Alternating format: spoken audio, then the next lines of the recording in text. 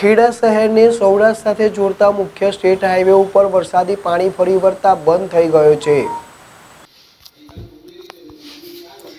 ખેડા શહેરને સૌરાષ્ટ્ર સાથે જોડતો મુખ્ય સ્ટેટ હાઈવે પર વરસાદી પાણી ફરી વળતા બંધ થઈ ગયો।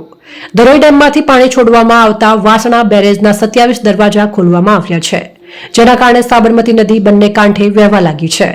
ધોળકાથી સરખેજ જતો પાણીમાં ગરકાવ થતા હાઈવે બંધ કરી દેવામાં આવ્યો છે, તો બીજી તરફ ખેડા શહેરને સૌરાષ્ટ્ર સાથે જોડતો મુખ્ય સ્ટેટ હાઈવે પણ વરસાદી પાણી ફરી વળતા બંધ થઈ ગયો છે। આ ઉપરાંત ખેડા ધોળકા રોડ ઉપર પણ બંધ કરવામાં આવ્યો છે। તેના કારણે મુસાફરો અને વાહન ચાલકોને ભારે મુશ્કેલીઓનો સામનો કરવો પડી રહ્યો છે। ખેડા જિલ્લામાંથી શેરડી અને મહીસાગર નદી બંને કાંઠે વહેવાની ચાલુ થઈ ગઈ છે, જેના કારણે ઠાસરા અને ગળતેશ્વર તાલુકામાં મહત્વના 8 માર્ગોને બંધ કરી દેવામાં આવ્યા છે।